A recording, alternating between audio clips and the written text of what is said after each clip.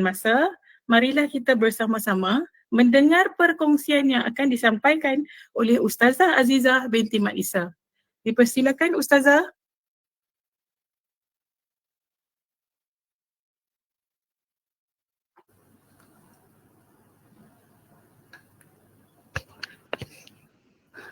Bismillahirrahmanirrahim. Assalamualaikum warahmatullahi wabarakatuh. Innal hamdalillah nahmaduhu wa nasta'inuhu wa nastaghfiruh wa na'udzu billahi min shururi anfusina wa min sayyiati a'malina. Man yahdihillahu fala mudilla lahu wa man yudlil fala hadiya lahu. Asyhadu an la ilaha illallah wahdahu la syarika lahu wa asyhadu anna Muhammadan 'abduhu wa rasuluh. Allahumma salli ala Muhammad wa ala alihi wa ashabihi wa man tabi'ahum bi ihsanin ila yaumiddin. Alhamdulillah, bersyukur kita kehadrat Allah Subhanahu Wa Taala pada hari ini kita dapat bersama-sama dalam majlis ilmu yang mana majlis pada hari ini merupakan salah satu perkara yang amat pentinglah bagi kita sebagai umat Islam yang cintakan Al-Quran, yang muliakan Al-Quran dan sentiasa menjaga kesucian Al-Quran tersebut. Jadi pada hari ini saya bersama-sama dengan semua ni daripada Pusat Pengurusan Tenaga dan Kampus Lestari UNIMAP semua ni. Halo, Assalamualaikum. Dari pelbagai fakulti juga. Oh, bagi fakulti juga. Okey, terima kasih kepada Puan Pengurusi kita pada hari ini, Puan Aliana Shazma Amir. Cuma saya tak pasti pihak urus dia, saya dah bagi slide saya, cuma tak diletakkan dalam kita punya Google Meet ke macam mana? Kejap ya Ustazah. Okey. Okey, untuk pada hari ini kita akan membicarakan berkaitan dengan pengurusan pelupusan bahan-bahan yang mengandungi ayat Al-Quran. Dan saya secara ringkas tadi, Puan Pengurusi telah memperkenalkan diri saya. Dan saya merupakan salah seorang dari pegawai hal ehwal agama Islam ataupun yang berada di Negeri Perlis ni sebagai Ketua Penolong Pengarah bahagian pengurusan halal. Dan dalam masa yang sama untuk makluman semua, memang dulu pada tahun lepas bahagian saya adalah bahagian penyelidikan dan juga pengurusan halal.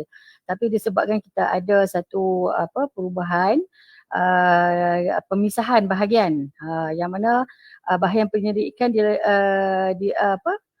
unit akidah diletakkan di bawah penguatkuasa dan juga pengurusan halal di bawah saya sendiri dan juga kerja-kerja berkaitan dengan projek pelupusan. Pelupusan Al-Quran ni masih di bawah saya sehingga kini lah. Jadi saya lah yang menguruskan berkaitan dengan hal-hal yang melibatkan pelupusan bahan-bahan yang mengandungi ayat Al-Quran di Negeri Perlis. Bahagian pengurusan halal. Saya risau juga takut sagi perempuan, tuan-tuan dan juga perempuan yang dirahmati oleh Allah Subhanahu Wa Taala sekalian ni pada hari duk heran pula pasal apa pula Ustazah Azizah urus halal tapi tiba-tiba dia urus juga pelupusan bahan-bahan yang mengandungi ayat-ayat Al-Quran. Jadi di sini juga kita dah mulakan projek pelupusan Al-Quran ini bermula daripada cadangan dulu lagi pada tahun 2022 kita masukkan paper ke mesyuarat MAIPS.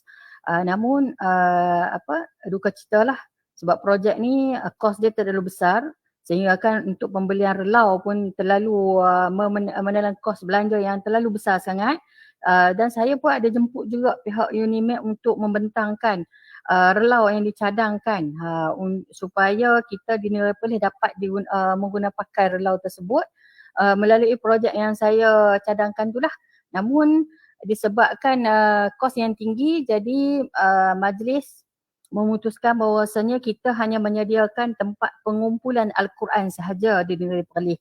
Nanti di akhir slide nanti saya akan tunjuk beberapa pusat pengumpulan yang kita lantik lah sebagai pihak yang bertanggungjawab yang boleh mengumpulkan apa-apa sahaja bahan-bahan yang mengandungi Al-Quran di di negeri Perlis. Itu satu makluman awal lah. Okey, sebenarnya next urus dia, tolong next slide yang seterusnya. Okey, yang ni pengenalan kita dah ada dah tadi. Yang kedua seterusnya objektif pengkuasaan ilmu kita pada hari ini. Seperti mana firman Allah Subhanahu Wa Taala, a'udzubillahi minasyaitonirrajim. Inna nahnu nazzalna dzikra wa inna lahu lahafizun. Sesungguhnya kamilah yang menurunkan Al-Quran dan kamilah yang memelihara dan juga menjaganya. Surah Al-Hijr ayat 9.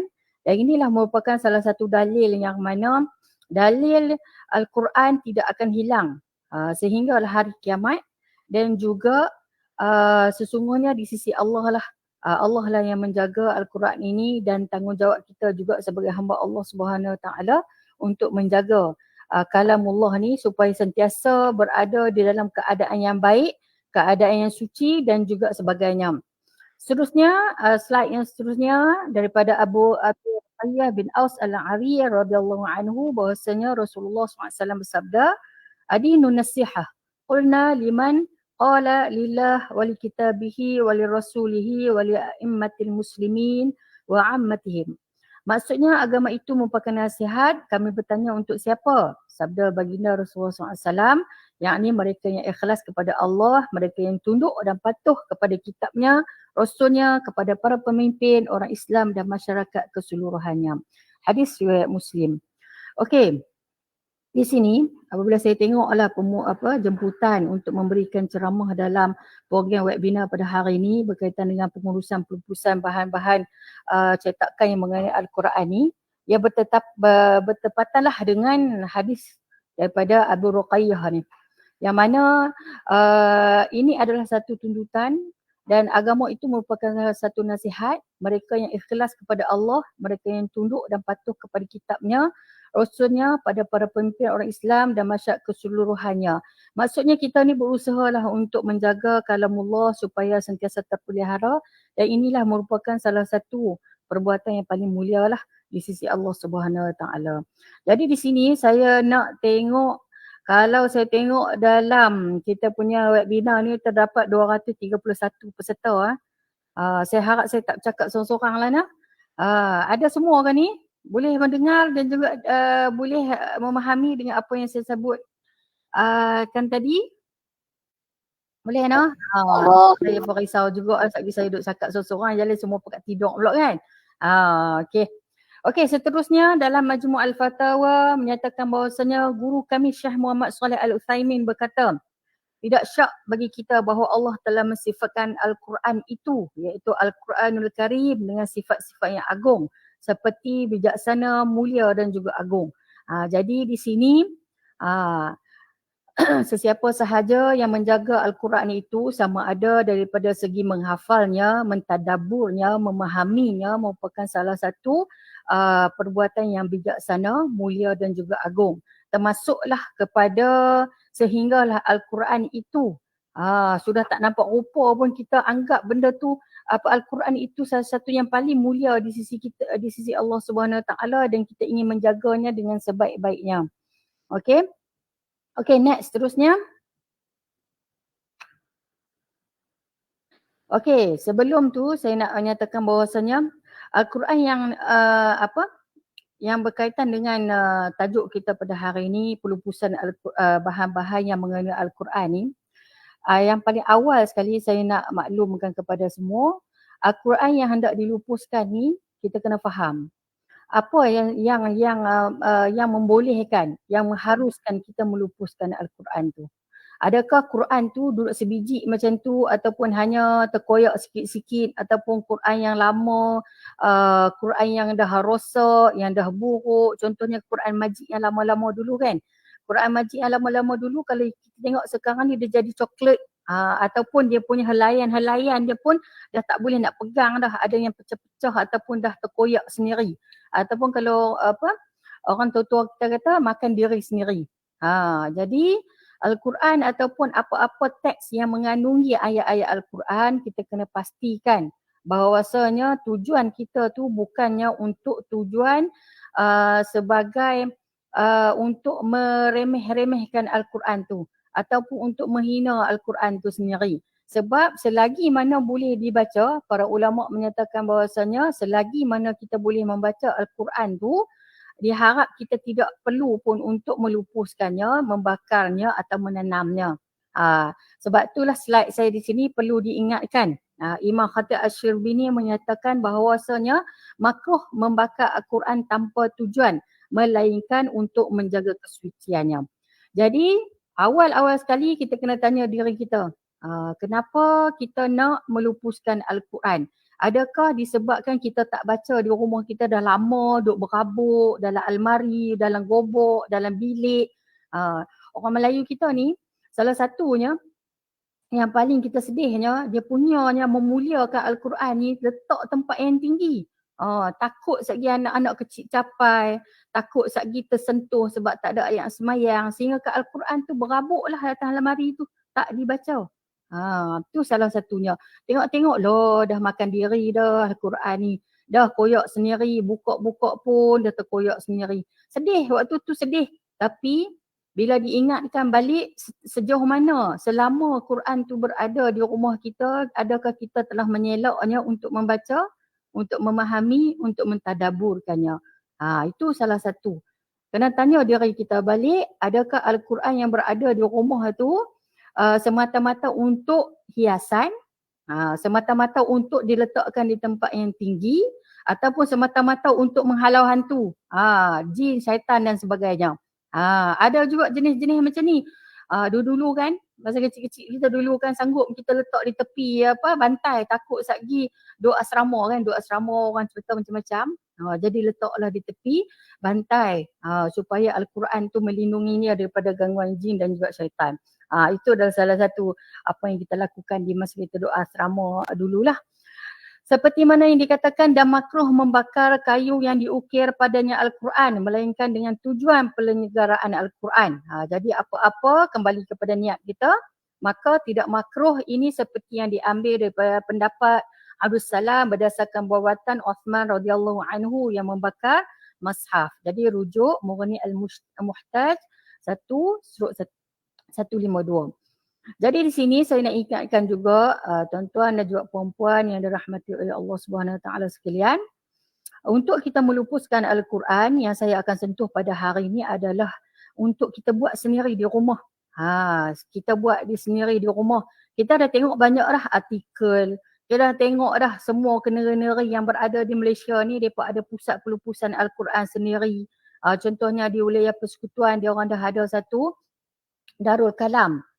Yang mana Quran-Quran yang dah rosak, lusuh, yang kena banjir, yang makan anak-anak semua dihantar ke pusat pelupusan tersebut. Dan jauhilah Jabatan Jabatan Agama Islam wilayah lah yang menguruskannya, termasuk juga JAIS dan dengan beberapa buah negeri yang lain.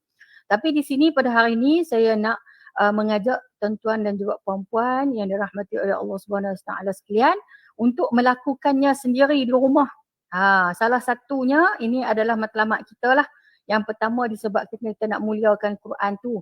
Tak perlu pun kita nak lempang Al-Quran tu dalam tong sampah. Dan seperti mana baru-baru ni tahun lepas lah ada isu di negeri Perlis kita, yang mana kita dah jumpa tak pastilah siapanya hamba Allah ni yang sanggup menghantar ataupun saya tak pasti sama ada dijual ke ataupun macam mana, ataupun dicampur sekali dengan kertas-kertas yang lain, hantar ke pusat sampah, pusat pengumpulan sampah ni di tempat orang India.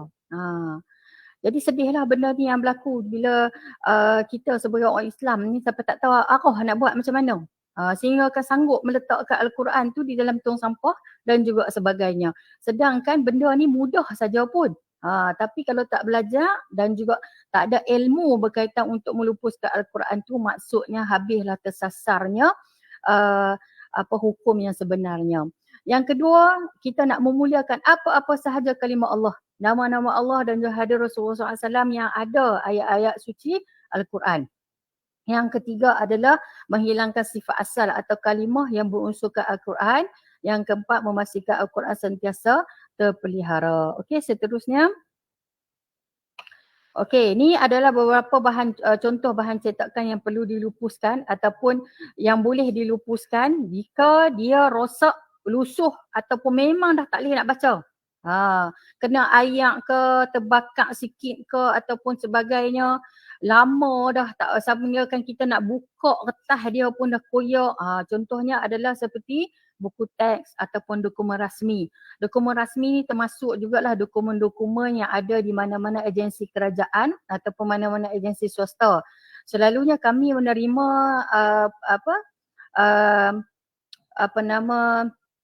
menerima pertanyaan lah, persoalan daripada pihak mahkamah lah di mana dokumen-dokumen rasmi ini ada ayat-ayat Al-Quran dan bagaimana nak dilupuskan.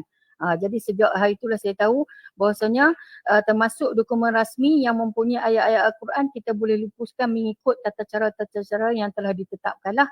Okey, seterusnya adalah next, Al-Quran yang rosak akibat banjir. Contoh seperti dalam gambar ni lah. Ni kalau kita ambil pun memang kita tak boleh nak buat apa dah. Okey, seterusnya. Next. Al-Quran yang rosak teruk. Contohnya macam ni lah, dah terkoyak-koyak dan juga terpisah daripada mashafnya dan juga sebagainya. Okey, seterusnya. Al-Quran yang dimakan serangga. Paling selalu kita jumpa adalah Al-Quran yang dimakan oleh anak-anak lah. Seperti mana dalam gambar yang saya letak dalam slide ni, memang dah hancur dan juga kita memang tak boleh nak buat apa dah. Okey, seterusnya. Okey, seterusnya berkaitan dengan perbahasan hukum. Jadi di sini saya nak tuan-tuan juga perempuan semua boleh fokus lah. Kalau anda kata ada persoalan boleh tanya saya sepanjang saya berikan pencerahan ataupun kongsi ilmu ni boleh tanya. Dan juga kita boleh berkongsi lah apa-apa pandangan dan juga sebagainya. Yang pertama adalah berkaitan dengan mesyuarat Jawatankuasa Fatwa Negeri Perlis kali ke-13 2014 pada 31 Mac 2014 di Hotel Sri Malaysia Kangak. Ini adalah fatwa daripada negeri kita sendiri, iaitu Negeri Perlis, cara melupuskan mushaf Al-Quran. Mushaf Al-Quran yang telah rosak dan tidak boleh dimanfaatkan lagi bolehlah dilupuskan cara-cara berikut. Okey, next. Dua cara mengikut fatwa Negeri Perlis. Yang pertama, cara dibakar. Yang kedua, cara ditanam di dalam tanah yang jauh dari laluan umum. Okey, seterusnya. Yang pertama, dalil yang diambil adalah berkaitan dengan yang telah dilakukan oleh Sayyidina Uthman bin Affan radhiyallahu anhu berdasarkan hadis riwayat Al-Bukhari bilangan 4988, di mana next kita baca terjemahan terus. Okey, maksudnya bahawasanya Huzaifah bin Al-Yaman datang kepada Uthman setelah pendudukan Syam dan Iraq berperang dalam peperangan Armaniyah dan Azerbaijan. Perbezaan bacaan Al-Quran yang berlaku antara para tentera dari Syam dan Iraq membimbangkan Huzaifah. Lalu beliau mengadu kepada Uthman dengan berkata, "Wahai Amir Al-Mu'minin, pergi dapatkan umat ini sebelum mereka berselisih tentang Al-Quran, seperti perselisihan Yahudi dan juga Kristian." Lalu Uthman menghantar utusan kepada Hafsah untuk bawakan kepada kami lembaran-lembaran tertulis ayat Al-Quran untuk kami tuliskan di atas mashaf-mashaf. Kemudian kami pulangkan lembaran-lembaran itu semua kepadamu. Lalu Hamzah menyerahkannya kepada Uthman. Maka Uthman mengarahkan Zaid bin Thabit, Abdullah bin Az-Zubair, Sa'id bin Al-Ash dan juga Ar-Rahman bin Al-Haris bin Hisham. Lalu mereka menulisnya di atas mashaf-mashaf. Dan Uthman berkata, 3 orang daripada mereka yang berbangsa Quraisy, apabila kamu bertiga berbeza dengan Zaid bin Thabit, sesuatu dari bacaan ayat Al-Quran itu asalnya ditulis berdasarkan lisan mereka. Selesai menyalin ke atas masa-masa, Uthman memulangkan semula lembaran-lembaran tersebut kepada Hafsah dan beliau mengeringkan ke setiap penjuru negara umat Islam satu masa dari apa yang telah disalin. Beliau juga memerintahkan apa-apa dari ayat Al-Quran yang terdapat di lembaran-lembaran atau masa-masa lain selain dari masa yang dikira agar dibakar. Okey, di sini adalah hadis yang pertama yang berkaitan diharuskan untuk membakar Al-Quran. yang mana yang kita dah rosak dan juga sebagainya. Okey, seterusnya next. Yang kedua adalah ditanam. Ditanam di dalam tanah di kawasan yang terpelihara dan jauh dari laluan umum. Ini dua keputusan Jawatankuasa Fatwa Negeri Perlis. Yang pertama tadi dibakar, yang kedua ditanam di dalam tanah. Adapun ada lagi perbahasan dalam Fatwa Negeri Perlis, adapun kaedah membuang ke dalam laut sekiranya didapati boleh mencemarkan laut dan mendatangkan mudarat kepada ikan, plankton serta hidupan laut yang lain, maka ia hendaklah dielakkan. Ini adalah fatwa daripada dari Negeri Perlis. Okey, yang kedua, kita tengok pula Muzakarah Fatwa Kebangsaan kali ke-30 yang bersidang pada 22 Ogos 1992. Jadi di sini bahan yang mengandungi ayat Al-Quran yang dibakar hendaklah menyeluruh tanpa tertinggal mana-mana bahagian yang tidak dibakar. Bahan-bahan atau debu yang mengandungi ayat suci Al-Quran yang telah dibakar hendaklah dipastikan dikompos supaya tidak ditiup angin atau bersepah. Yang ketiga, bahan yang telah dibakar hendaklah ditanam pada tempat yang bersih atau tempat yang tidak dilalui orang atau dibuang dalam laut atau sungai yang mengalir airnya. Okey, daripada kedua-dua fatwa ni menunjukkan bahawasanya yang paling terbaik adalah dibakar.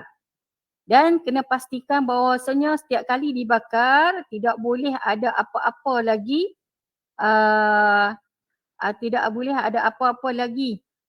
mashaf ataupun kertas-kertas Al-Quran tersebut tertinggal. Mesti menjadi abu ataupun debu supaya ayat-ayat suci Al-Quran itu hilang daripada zat dia yang awal tadi. Daripada kertas dia yang ada tulisan dihilangkan terus sehingga menjadi abu. Selepas kita dah bakar menjadi abu, kita bolehlah menanamnya di mana-mana tanah yang suci. Dan ataupun boleh juga kita alirkan di dalam sungai ataupun laut yang mengalir. Itu adalah dua Jawatankuasa Fatwa Negeri Perlis, Muzakarah Fatwa Kebangsaan, sama juga, lebih kurang saja pendapatnya. Okey, seterusnya yang ketiga, Isyad Al-Fatwa ke-17, kaedah pelupusan Al-Quran yang rosak akibat banjir. Ni saya ambil daripada laman web Dr.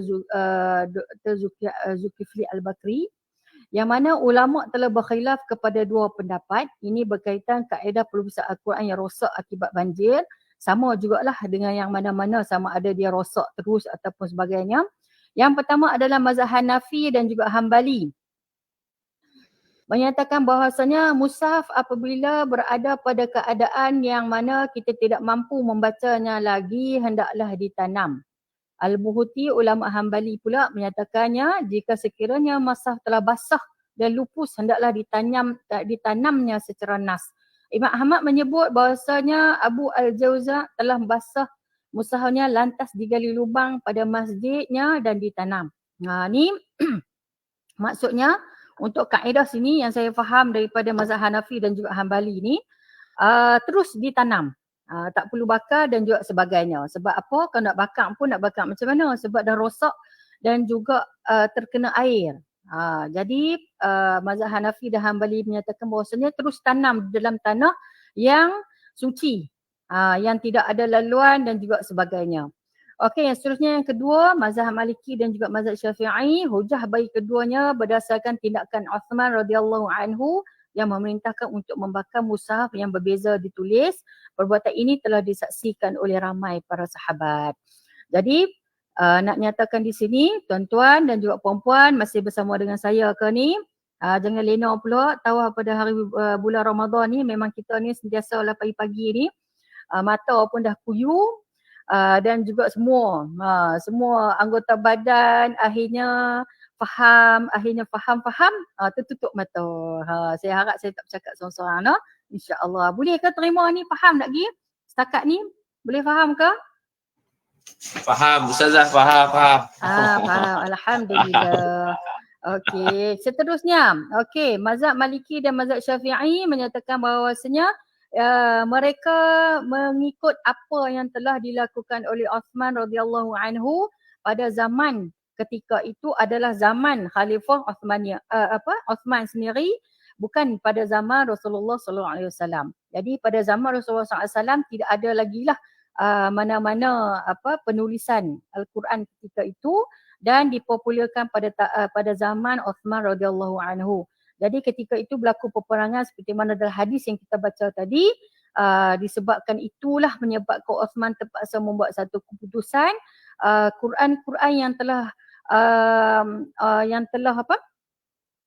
yang telah ditulis dengan gaya bahasa Quraisy sendiri dan juga yang bercampur aduk dikumpulkan dan juga dibakar. Dan telah disaksikan oleh ramai para sahabat ketika itu, dan para sahabat ketika itu pun tidak ada mana-mana yang mengingkarinya ataupun melarangnya. Jadi kesimpulan daripada kedua-dua pendapat daripada Isyaf al-Fatawa tadi, dua-dua pendapat adalah harus, namun lebih cenderung kepada perbuatan yang telah dilakukan oleh Khalifah Uthman bin Affan radhiyallahu anhu, iaitu dengan membakarnya, kerana istilah ini tidak diingkari oleh mana-mana sahabat dan menjadi hujah yang kuat kepada perbuatan tersebut. Okey. Ada yang raise hand, ada nak tanya ke? Ustazah nak tanya sikit boleh? Boleh. Kalau dia melibatkan Al-Quran kan, kalau buku kafar anak-anak tu macam mana kita nak lupus? Ke boleh lupus biasa, kita boleh buang aja? Nak tanya tu je. Itulah yang saya katakan tadi tu, saya tunjuk Buku gambar kafar tadi kan. Kan dia ada macam ayat Al-Quran apa semua tu kan. Ya, betul. Tadi saya tunjuk gambar-gambar tadi tu, termasuklah buku-buku teks, Tak dengar lah, buku Ustazah. teks, dokumen rasmi semua tu yang mana ada ayat Al-Quran, kita kena lupuskan dengan cara yang telah dianjurkan oleh fatwa kita sendiri. Maksudnya kita kena rajin lah. Kalau kita tak mau membakarnya dengan bakar satu-satu buah tu lebih bagus lah. Tapi kalau anda kata kita rajin lagi, kita buka selai-selai, tengok balik yang mana yang ada ayat Al-Quran tu, kita pisah-pisahkan baru kita bakar. Yang lain kita boleh buang seperti biasa lah. Macam tu. Ya, Cik Muhammad Rizwan tadi ya? Yang bertanya tadi Cik Muhammad Rizwan kan? Ya, betul. Boleh Maknanya, tak ada masalah, lupuskan seperti biasa lah. Mana kalau kita buat pelupusan biasa, kalau kita mau buang tu sampah semua, tak boleh lah buku yang ada ayat Quran walaupun sikit tu kan. Tak boleh lah, tak boleh. Kita kena pastikan buku-buku yang kita nak buang tu bukan mengandungi ayat-ayat Al-Quran. Andai kata ada ayat Al-Quran, ambil koyak sikit bahagian tu, kita kumpul-kumpulkan baru kita bakar. Itu untuk kita memelihara kesucian Al-Quran tu sendiri. Macam tu. Okey, boleh ya Cik Rizwan ya?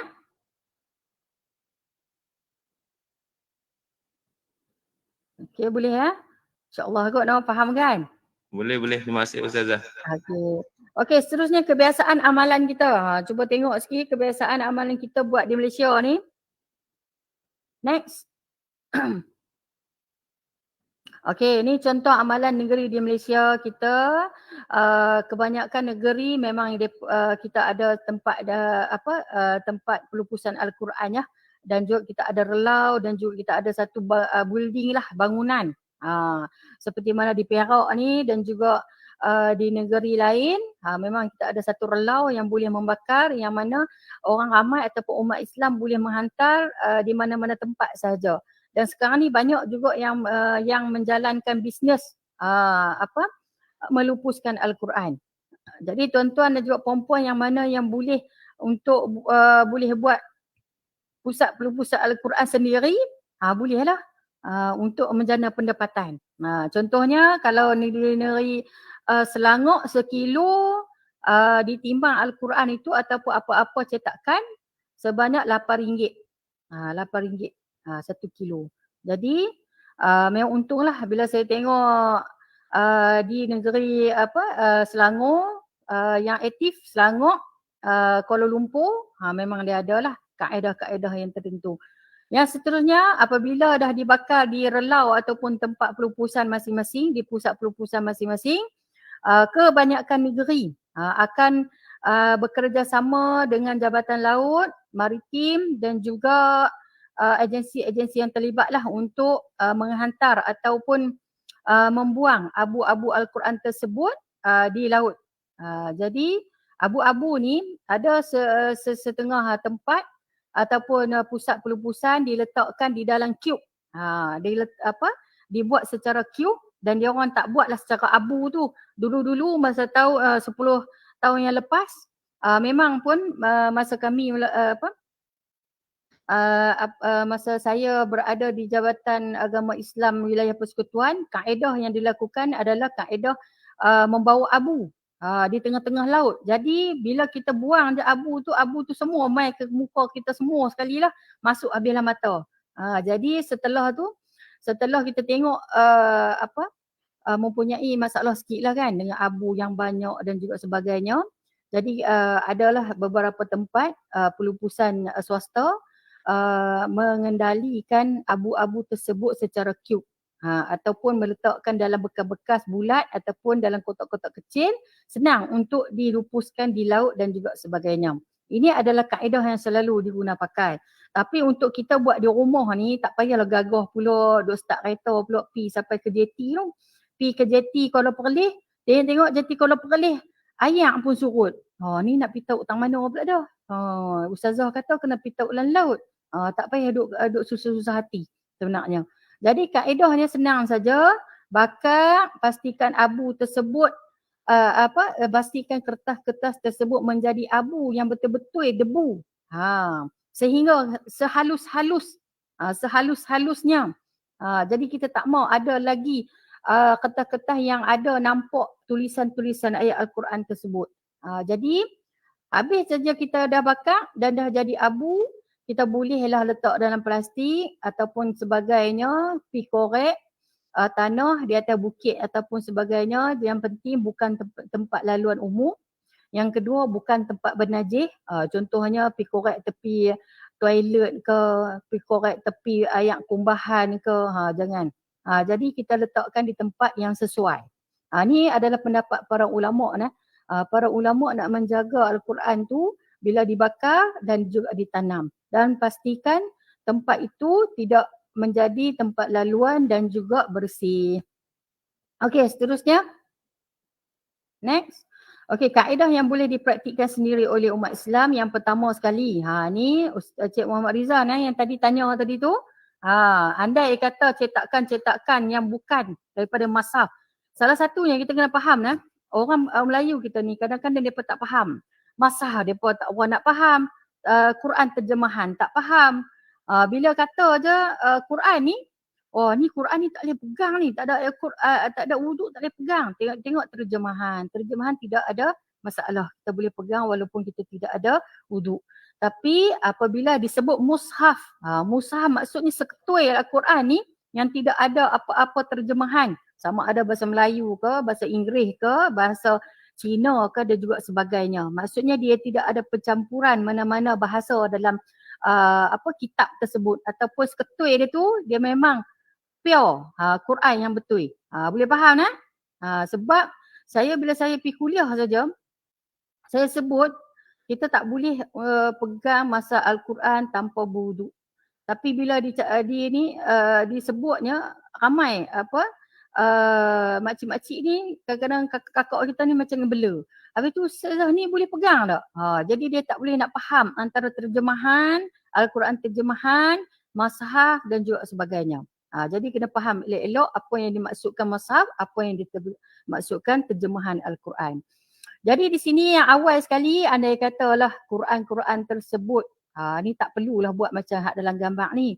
Dalam gambar ni mereka buat disebabkan mereka nak lupus dalam relau yang besar.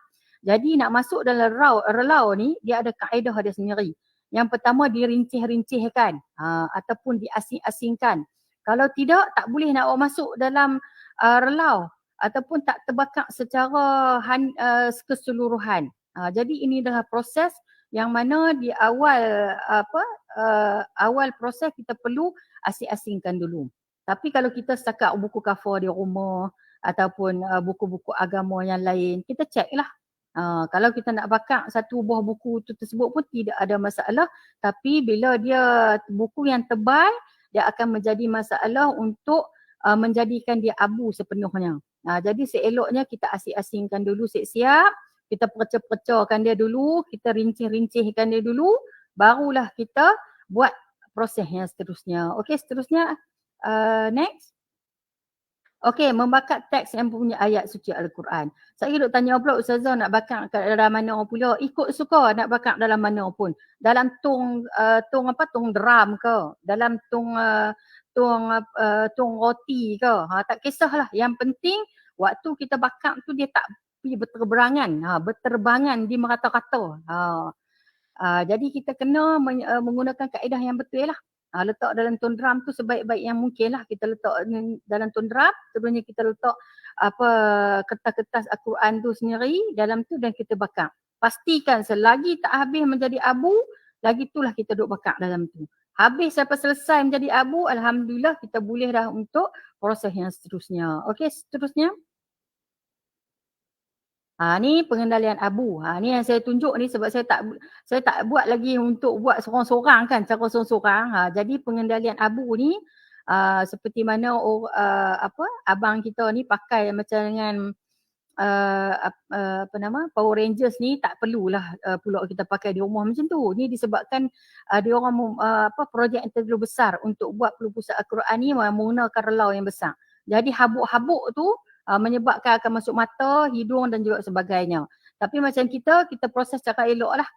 Kita buat, ambil, sendukkan dan juga sebagainya, letak dalam plastik ataupun bekas, kita bolehlah untuk proses seterusnya. Okay, next. Seterusnya ditanam. Korek tanah, terus tanam. Tak ada masalah. Itu yang kita boleh lakukan di rumah. Jadi kita jangan susah hatilah. Sebelum-sebelum ni memang ramai lah yang duk telefon di rumah, di Jaibs. Macam mana kami nak lupus ni. Lupus di rumah, kalau lupus contohnya sekolah dan juga sebagainya. Sekolah ataupun pejabat-pejabat boleh hantar ke Jaib saja dan kami akan tolong untuk kumpulkan dan kami akan lupuskan di tempat tertentu lah. Tetapi kalau nak buat di rumah, jangan duk buat cempera lah, buat sendirilah di rumah yang mana ada sikit-sikit tu. Jadi kita buat seperti mana kaedah yang saya katakan tadi, bakar menjadi abu terus tanam ke dalam tanah.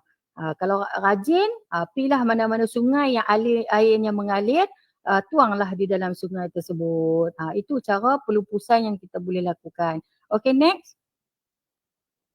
Okey, tanam ni syarat-syarat dia seperti yang saya sebutkan tadi lah. Tanam tempat yang bersih dan bukan bernajis. Tanam di tempat yang lebih tinggi dan bukan laluan.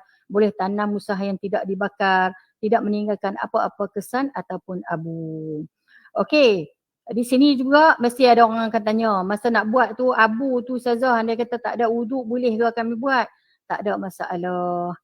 Yang kita nak perhatikan tadi adalah seawal waktu tadi yang mana kita buat tu, kalau betul-betul mushaf Al-Quran, kita kena pastikan kita dalam keadaan yang berwuduk. Tapi kalau buku-buku yang kita nak bakar yang dalamnya ada ayat-ayat Quran, tak perlu pun kita dalam keadaan berwuduk. Jadi kalau dia bercampur pula Ustazah macam mana? Kalau bercampur, paling baik ambillah wuduk siap-siap, baru kita proses untuk membakar Al-Quran tersebut. Ingat, pastikan Al-Quran tersebut adalah Al-Quran yang dah memang, hak ni untuk masah, yang memang tidak boleh dibaca, yang dah rosak dan juga sebagainya. Tapi kalau buku-buku, dokumen rasmi, kalau kita duk simpan lama-lama pun tidak mendatangkan faedah.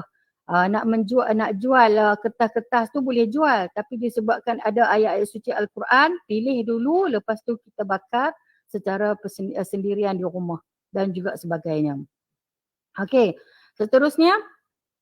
Okey, ini adalah apa yang kami buat di Jaibs. Kami menyediakan 3 lokasi utama untuk pengumpulan Al-Quran dan kita pun dah buat pelancaran pada bulan 10 tahun lepas. Yang pertama adalah di Jabatan Hal Ehwal Agama Islam Perlis sendiri dan boleh hubungi sendirilah Encik Hayazi di talian yang tertera. Mana-mana sahaja Al-Quran yang lama dan juga sudah rosak lah. Saya nak cakap sini, kalau boleh tu janganlah hantar Quran yang masih elok, masih boleh baca, masih lagi kita boleh sedekah ke orang. Macam semalam kami terima kat kaunter di bawah, Saya tengok ni Quran ni siapa bagi ni, orang nak main wakaf ke? Saya kata tanya ke guide.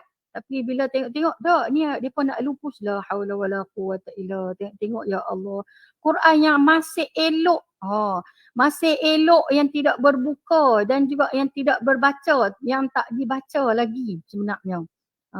Saya tak tahu kenapa motif orang tu dia menghantar ke Jaib dan dia kata nak lupus Quran tu. Sedangkan Quran tu masih elok.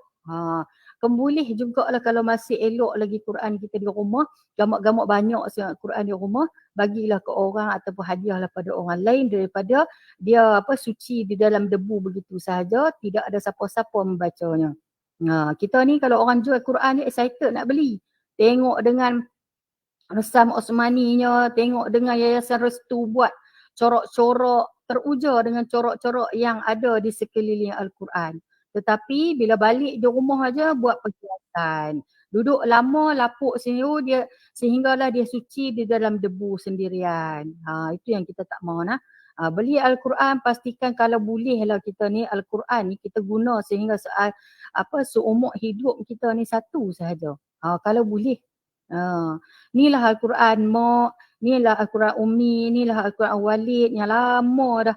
Quran ni je lah yang boleh yang menjadi kenangan daripada dulu hingga sekarang. Nak beli Quran banyak-banyak tak ada masalah, belilah. Tapi bacalah dia. Baca ikut giliran. Hari ni Quran Yayasan Restu punya. Esok Quran beli daripada Karangcraft. Esok pula Quran beli daripada PTS. Esok pula Quran beli daripada Ana Muslim dan juga sebagainya. Tak ada masalah. Yang penting ada Quran di rumah, kena baca dan bertadabur. Okey, yang ni adalah pusat pengumpulan yang pertama. Yang kedua adalah pusat pengumpulan Masjid Jami' Besri. Boleh menghubungi Ustaz Zahrin ataupun Ustaz Munzir di Masjid Besri, di Masjid Jami' Besri. Jadi kita buat di daerah Perlis kita tak ada daerah. Jadi kawasan kita ikut zona Kangak satu kita ambil, Besri satu dan lagi satu di Arau. Yang ketiga adalah pusat pengumpulan Al-Quran di Masjid Negeri. Untuk next punya Masjid Negeri Arau. Jadi tempat-tempat ni lah yang kita sediakan untuk umat Islam kita menghantar Al-Quran dan kita cas sikit lah sebanyak RM10 sekilo. Jadi kalau banyak hantar banyak, insya-Allah lah kita akan bagi diskaun. Berundinglah dengan ahli masjid tersebut, pegawai masjid ataupun ustaz di masjid tersebut, insya-Allah kita boleh bagi diskaun lah kalau yang melepasi sehingga 100 kilo. 1 kilogram, insya-Allah kita akan bagi diskaun. Ini bukan apa, kenapa pula lah Jabatan Agama duk ambil cas pula. Cas ni bukannya untuk cas kita kumpulkan untuk kekayaan Jaib ataupun masjid, tapi adalah cas untuk pengurusan. Pengurusan untuk menghantar sewaan lori dan juga sebagainya, cas untuk membayar kaki tangan yang bekerja dan juga sebagainya. Jadi tidak ada apa-apa keuntungan, hanya untuk membantu umat Islam di negeri Perlis sahaja. Tapi kebanyakan yang setakat hari ni laporan yang saya terima, ramai yang hantar adalah hantar gitu saja. Dia tak hubungi pun petugas-petugas kita yang kita tetapkan dalam poster dan juga banner yang kita gantung di masjid. Tak apalah, yang penting semua masjid dan juga di Jaib sendiri pun kami kalau dah terima macam tu alhamdulillah lah. Yang penting tak ada lah orang yang menghantar Al-Quran ni di tempat pelupusan sampah, di dalam tong sampah dan juga sebagainya. Ini ada alternatif lah di peringkat Negeri Perlis sendiri, pusat pengumpulan Al-Quran Negeri Perlis. Jadi pilihan kita yang kedua adalah kita boleh buat sendiri seperti mana apa yang saya katakan tadi. Agak-agak payah dah nak buat. Daripada pendapat tuan-tuan dan juga puan-puan lah, payah dah nak buat sendiri ni sebenarnya. Assalamualaikum. Ada ke tak ni? Tak payah Mat. Okey je. Tak payah mana pun. Memang mudah sahaja untuk kita memastikan Al-Quran itu terjaga dan kesuciannya dimuliakan. Takat tu saja kot. Saya rasa dapat faham tak apa yang saya sampaikan? InsyaAllah kan? Boleh faham kan? InsyaAllah. Itulah cara-cara pengurusan pelupusan bahan-bahan yang mengenai Al-Quran. Ada nak tanya ke ataupun sebagainya? Saya pun risau juga ni nak memberi perkongsian bersama-sama dengan Pusat Pengurusan Tenaga dan Kampus Lestari ni. Memang hebat ni pengurusan tenaga ni. Jadi saya ni biasa saja kan. Jadi itulah yang boleh saya cakap, mana saya boleh kongsi mengikut fatwa, mengikut hukum hakam yang para ulama menyatakan bahawasanya paling utama adalah kita nak menghilangkan apa-apa ayat-ayat Al-Quran yang berada di kertas, cetakan, sama ada atas cermin ke dan juga sebagainya. Law ni macam-macam kaedah yang diguna pakai. Salah satu adalah relau. Yang kedua adalah kaedah yang masih lagi dalam R&D untuk menghilangkan dakwat sahaja melalui cecair. Saya tak pasti cecair apa. Ini kaedah yang terkini. Cecair itu mungkin akan menghilangkan tulisan-tulisan di kertas. Jadi air itu nak letak di mana pula Ustazah? Wallahu a'lam bishawab. Andai kata air itu dah dihilangkan tulisan-tulisan dia, tidak ada masalah lah. Maksudnya air itu tak ada lah, jangan pula ada siapa-siapa minum pula kan. Mana tahu kan untuk buat apa-apa pula, untuk nak bagi penerangan hati lah apalah. Jadi tak perlu pun sebenarnya, dan kertas tu boleh diguna pakai disebabkan hilang dah. Jadi kemuliaan Al-Quran tu yang telah rosak ni dan juga sebagainya, kita nak hilangkan dia supaya kita tidak sehingga kita bukannya tahap menghina. Mana tahu kan cetakan-cetakan yang berada kadang-kadang tu di frame. Frame senang je. Kalau frame yang plastik kita boleh bakar. Tapi kalau frame yang ada cetakan di atas cermin, macam mana kita nak buat? Itu dia ada kaedah sendirilah. Padamlah atas cermin tu dengan kaedah-kaedah yang boleh memadamkan ink tu sendiri. Jadi frame tu kita boleh guna pakai ataupun buang selepas kita dah hilangkan tu ayat-ayat suci Al-Quran atas cermin tersebut. Okey. Takat tu saja kot. Kot ada apa-apa persoalan? Assalamualaikum warahmatullahi wabarakatuh. Assalamualaikum. Saya ada satu soalan. Macam ada dokumen yang kecil-kecil. Contohnya macam kad kenduri ataupun apa-apa yang kecil. Kadang dia tulis Bismillahirrahmanirrahim saja. Jadi yang tu nak buat macam mana tu? Adakah termasuk dalam proses tadi ataupun dia macam mana? Bismillahirrahmanirrahim pun merupakan salah satu ayat-ayat suci Al-Quran lah. Bagi saya Kat kenduri kadang kita memang banyak dia tulis Bismillah lah apa tu. Kat kenduri ni dia kena ada kesedaran lah kepada semua sebenarnya. Tak payahlah duk tulis ayat-ayat suci Al-Quran di atas kat kenduri ke ataupun sebagainya. Selagi mana kita boleh menjaganya tak ada masalah. Tapi dia macam kat kenduri ni orang bubuh kat merata. Lepas orang baca-baca tu dia lempak merata kan. Jadi sebenarnya sebaik-baiknya kita keratlah sikit dekat Bismillah tu. Kita bakar dan juga kita lupuskan seperti yang saya katakan tadi itulah. Jadi sepatutnya kesedaran tu ada pada semua orang. Jangan mudah-mudah nak meletakkan ayat-ayat suci Al-Quran. Kalau tulisannya hanya tulisan, bukan tulisan betul seperti mana mazhab, Bismillahirrahmanirrahim tu, tulisan Jawi tu tidak ada masalah. Tulisan Rumi saja kan, tidak ada masalah. Tapi kalau tulisan yang melibatkan ayat suci Al-Quran, kita kena pastikan kesuciannya. Itulah tungku. Nak panggil apa macam mana ni ya? Satu lagi Ustazah, kadang-kadang tu dia ada mungkin bukan ayat Quran tapi doa-doa kadang. Doa-doa ni kira macam mana? Adakah dia pun nak kena bakar juga ke ataupun boleh mesin dalam scrap tu ke? Doa-doa ni kena pastikanlah kalau doa tu bukan daripada ayat suci Al-Quran tidak ada masalah. Kalau doa tu daripada ayat suci Al-Quran, memang kita kena pastikan kita kena buat seperti biasalah. Kita kumpulkan dan juga kita kena bakar. Contohnya Rabbana atina fid dunya hasanah kan. Itu adalah ayat Quran. Rabbana la tuzigh qulubana ba'da idh hadaitana wa hab lana min ladunka rahmah. Itu ayat Quran. Lagi apa lagi? Rabbi ij'alni muqimas salah. Semua tu ayat-ayat suci Al-Quran. Jadi kena pastikan. Kena pastikan ayat suci Al-Quran kita kena buat seperti biasa, dilupuskan seperti biasa. Itulah setakat tu yang saya boleh jawab. Encik Tunku Muhammad Nizar. Betul tu. Okay, terima kasih Ustazah. Okey, kenapa ada juga abu Al-Quran yang ditabur di laut? Sebab itulah tadi ada pendapat daripada Muzakarah Fatwa Kebangsaan yang mana ayat abu-abu tersebut boleh juga. Tadi dalam slide saya dah sebut, boleh juga kita alirkan ataupun dihantar ke laut. Tidak ada masalah. Andai kata kita nak kita mampu untuk pergi ke tengah-tengah laut. Sebenarnya nak pergi ke tengah laut seperti mana fatwa Negeri Perlis kena pastikan tidak mencemarkan. Tidak mencemarkan laut ataupun kehidupan laut. Tapi yang mudah ada, kenapa kita nak buat yang payah? Jadi yang mudah ada kita buatlah, tanam je lah di sekeliling rumah kita tempat yang tidak dilalui oleh orang lain. Itu kaedah yang diguna pakai oleh negara-negara lain sebab terlalu banyak sehingga bertan-tan. Kadang-kadang dia orang hantar 10 tan. Naik lori, terusnya naik bot dan juga kapal untuk dihantar ke saya rasa bukannya di pesisiran pantai, yang saya tahu ada 10 batu nautika daripada pesisiran pantai.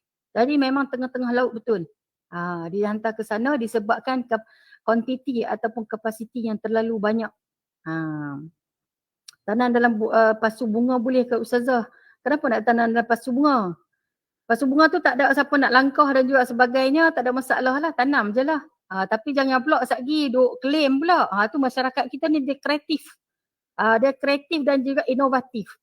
Dia sebut dah ke orang, ni pokok bunga ni, ambil daun dia nanti boleh buat ubat. Pesepo pula boleh buat ubat. Ni sebabnya Kak Moh ni tanam ni abu ayat Quran ni. Bawah dia. Tu saya tak mau jadi macam tu. Nak tanam tu apa yang ulama kata, tanam di tanah yang lapang. Tanam di tanah yang suci. Tanam yang di tanah tinggi. Tanam di tanah yang tidak bernajis. Berkemungkinan juga kita tanam dalam pasu bunga bercampur habis dengan baja-baja yang ada daripada najis-najis ataupun sebagainya. Jadi itu yang kita kena perhatikan. Untuk tanam tu pastikan di tempat yang tidak dilalui oleh orang lain dan juga sebagainya. Okey, tak apa, tak ada masalah. Okey, ada lagi tak persoalan ataupun apa-apa yang boleh kita bincangkan? 353 orang tu. Ni termasuk pelajar dan juga staf sekali ke?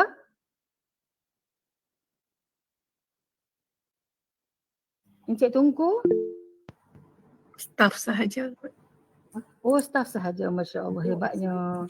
Alhamdulillah. Hebatnya. Orang UNIMED, kalau itu nanti lebih semangat saya kadang-kadang tu. Tengok macam ni, alhamdulillah saya seronok tengok kalau penyertaan daripada satu-satu agensi sehingga mencapai 354 orang ni memang terbaik lah, cemerlang. Susah nak mencari puas lah nak mencari peserta sehingga 354 orang. Masya-Allah, hebat, masya-Allah. Tahniah kepada pihak UNIMED. Maaf. Macam mana kalau lepas ni kalau saya buat kursus kesedaran halal boleh tak? Kursus kesedaran halal ataupun halal dan thayyibah berurusan dengan nanti. Ustazah ada soalan di ruangan komen? Lagi satu? Ada lagi? Ya. Oleh Puan Lia Saleh. Beliau mengatakan apa proses basic untuk lupuskan dokumen yang mengandungi ayat-ayat Al-Quran, contoh macam buku-buku teks sekolah agama dan kertas peperiksaan. Kertas peperiksaan buku agama tu banyak tak? Agak-agak banyak tak buku agama yang dimaksudkan ataupun hanya berada di rumah kita saja? Kalau Puan hanya Lia Saleh berada di Puan Lia Saleh, saya menjemput Puan Lia Saleh untuk menjawab. Boleh.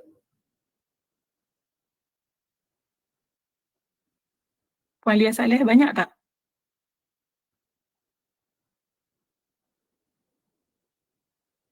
Kalau banyak, menghantar mai Kejaib saja. Menghantar Kejaib ataupun mana-mana pusat pengumpulan Al-Quran. di Masjid Negeri, Masjid Berseri dan juga di Jaib. Andai kata banyaklah, insya-Allah nanti kami akan uruskan untuk dihantar ke pusat pelupusan tempat lain.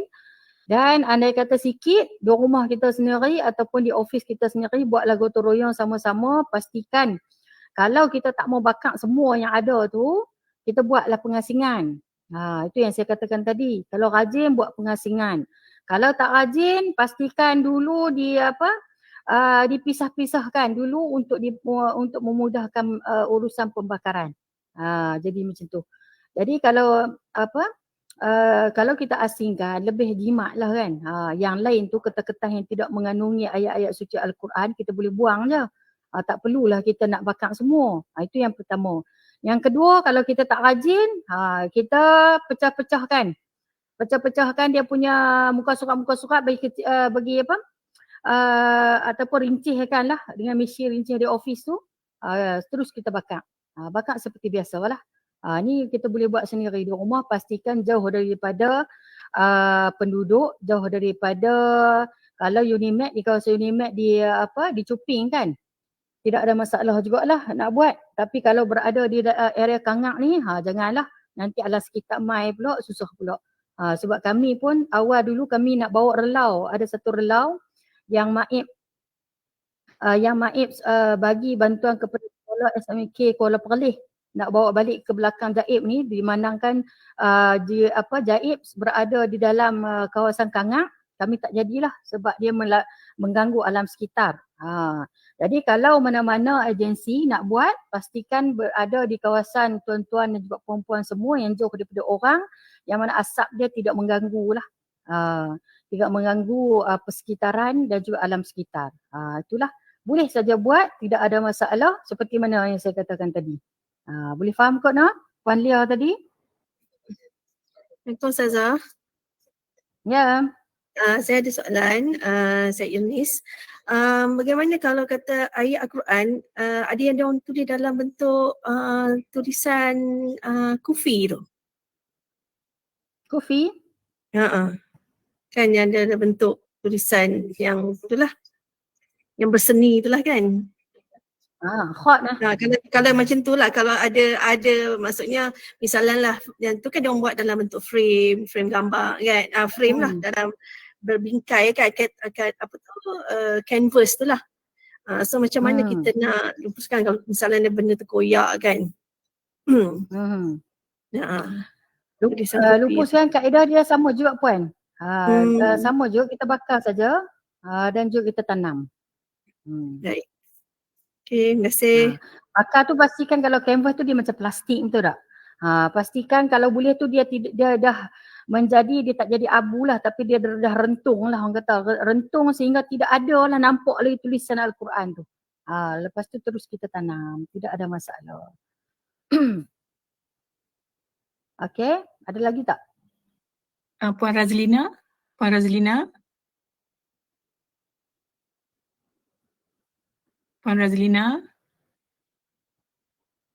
angkat tangan tu. Ada soalan ke Puan Razlina?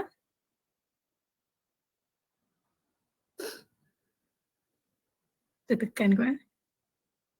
Tertekan kot. Tertekan kot.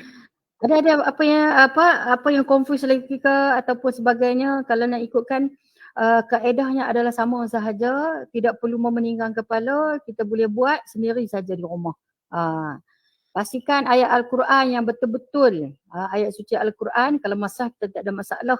Tapi kalau berada di dalam buku teks dan juga sebagainya, paling baik adalah kita asing-asingkan dulu daripada kertas-kertas yang lain supaya menjimatkan masa, mudah untuk kita bakar. Kalau gamak-gamak tak rajin, asing-asingkan sajalah dia punya muka surat supaya mudahkan kita bakar juga. Kadang-kadang tu nak bakar satu masa Al-Quran dia memakan masa yang lama. Contohnya kalau dalam satu relau kita letak dalam pukul 8 pagi, dia akan habis dalam pukul 2 petang ataupun 4 petang. Dia memang memakan masa yang lama untuk kita pastikan dia menjadi abu. Saya dulu pada tahun 2010-2011, saya di bahagian penyelidikan Jawi KL, kami telah membuat satu sehinggalah menjadi Darul Kalam sekarang ni. Tim penyelidikan kita ketika tu membuat paperwork dah hantar kepada Mawib dan alhamdulillah diluluskan. Walaupun lulus pun disebabkan relau tu terlalu besar sehingga kan kita buat R&D banyak kali. Pada tahun 2019 barulah boleh beroperasi sepenuhnya dan juga Jawi KL mendapat pengiktirafan nombor 1 ataupun nombor 3, saya tak ingat dah. Masa tu saya dah berada di 2019 saya berada di Penang lah masa tu. Kawan-kawan saya, sahabat-sahabat saya yang lama masih lagi berada di Jawi dan kami mendapat pengiktirafan inovasi hijau. Pusat Pelubusan Darul Kalam Jawi KL. Itu adalah hasil usaha lah tim penyelidikan ketika tu. Alhamdulillah menggunakan kaedah relau sendiri banyak tahun untuk menjayakan satu relau yang amat besar. Allah tak ngerti. Ya. Tutup. Pada ketika itulah jadi alhamdulillah sekarang ni pun masih beroperasi seperti biasalah di Darul Kalam Batu Muda Kuala Lumpur. Itulah salah satunya yang saya terlibat dulu. Dan sekarang di Perlis pun saya usahakan juga untuk buat satu pusat pelupusan. Namun disebabkan kita punya kengkangan kewangan dan juga kos yang tinggi untuk kita lihat bukan setakat setahun dua relau ni ataupun pusat pelupusan, dia memakan masa selama 10 tahun jugalah setiap satu bajet yang diluluskan. Jadi benda tu melibatkan kewangan yang tinggi dan juga relau pun relau yang mahal jugalah, seperti mana Unimed mai pada hari tu buat pembentangan pada saya dan juga masa tu timbalan pengarah dan kami pun garuk kepala mahal juga relau ni rupanya kan. Sebab dia adalah inovasi dan juga satu teknologi yang diguna pakai. Jadi keputusan akhirnya Perlis hanya menyediakan pusat pengumpulan Al-Quran di 3 lokasi tersebut. Okey? Dekat tu saja Kok Nah. Boleh tak bersama-sama sebanyak 369 orang. Betul ke ni yang keluar kat sini ni? Tapi Google Meet tak pernah tipu kan? Ustazah ada soalan lagi dekat ruangan komen. Ada lagi soalan? Ya, daripada Puan Rusmiza. Bagaimana kalau jam dinding yang dah rosak, yang ada kalimah Allah dan Muhammad? Kalimah Allah dan juga Muhammad. Kalimah Allah dan juga Muhammad ni adalah kalimah Allah tu sendiri lafzul jalalah. Termasuk juga nama kalimah yang kita muliakan. Dan kita buat seperti biasa, sama juga. Kita bakar dan juga kita tanam akhirnya. Kalau rajin kita pergi ke laut, kita hantarlah ke laut, tapi janganlah susah payah pula Islam tu mudah sahaja. Satgi duk sebut pula Ustazah Aziza sebut kata kena pergi hantar sampai ke laut ni, jangan. Paling mudah adalah bakar, tanam di rumah masing-masing. Itu sahaja. Boleh saja, tak ada masalah. Ya, soalan seterusnya daripada Tuan Asmawi Sanuddin. Apakah komen Ustazah sekiranya guna asid untuk melepuskan Al-Quran? Asid asid teknologi ni saya tak pasti, tapi andai kata asid ni boleh menghilangkan ayat suci Al-Quran yang berada di kertas ataupun sebagainya, tidak ada masalah, okey saja. Bagi saya tidak ada masalah sebab kalau ikutkan daripada kita tujuan kita adalah untuk menghilangkan ayat suci Al-Quran tersebut supaya tidak digunakan ataupun tidak menjadi satu benda yang lain lah kan. Jadi bagi saya tidak ada masalah lah sebab memang sekarang ni memang ada satu kaedah yang menggunakan cecair.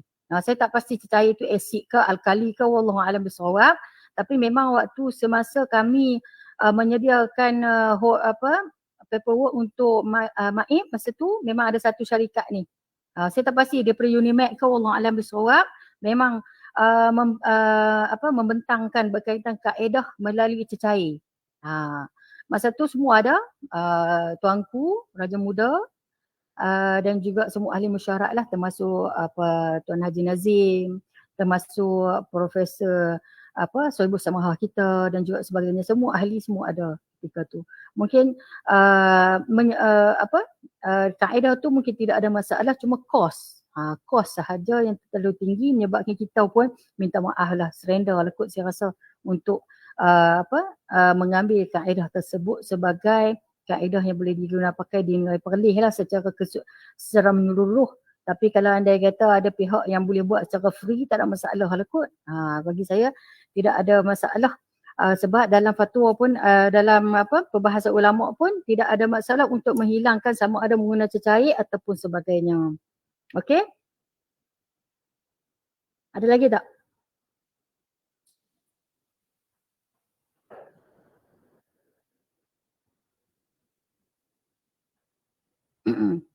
Ada lagi tak soalan? Saya harap apa yang saya sampaikan ini jelas ya. Jangan susah-susah hati, jangan pening-pening kepala, senang saja untuk melupuskan teks Al-Quran, bakar, menjadi abu, terus tanam. Ataupun dialirkan di sungai sehingga tidak menjejaskan persekitaran kita ataupun alam sekitar kita. Itu saja. Boleh buat sendiri di rumah.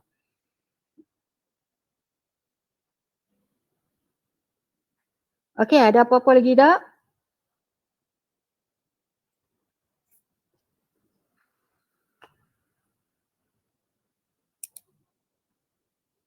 Masih ada soalan ke?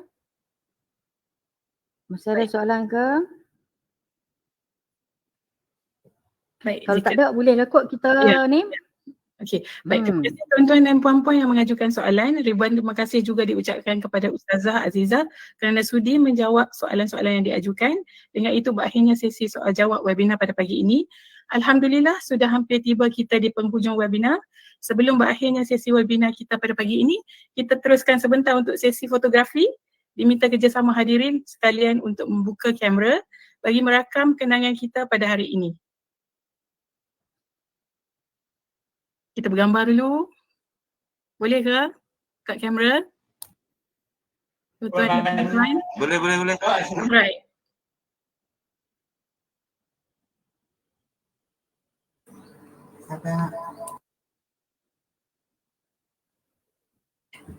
Okey, 1, 2, 3. Baik. Sekali lagi. Okay. Freestyle. 1, 2, 3. Okey. Okey. Baik. Terima kasih Puan Wani. Terima kasih tuan-tuan dan puan-puan, juga jutaan terima kasih sekali lagi kepada Ustazah Azizah atas perkongsian yang sangat informatif. Baik, dengan itu berakhirlah webinar kita pada pagi ini. Rakan-rakan sekalian jangan lupa untuk mengisi pautan kehadiran yang diletakkan di ruangan komen. Madah diungkap, santun bitara, pantun dilantun, mengusik hati. Salah dan silap berbicara, pohon diampun, seikhlas hati. Sekian, terima kasih. Terima kasih Ustazah. Ya, terima kasih. Wabillahi taufiq wa hidayah. Wassalamualaikum warahmatullahi wabarakatuh. Mohon maaf andai kata ada tersalah bahasa dan juga terkasar bicara. Terima kasih kepada Encik Tunku Muhammad Nizar menjemput saya pada kali ini.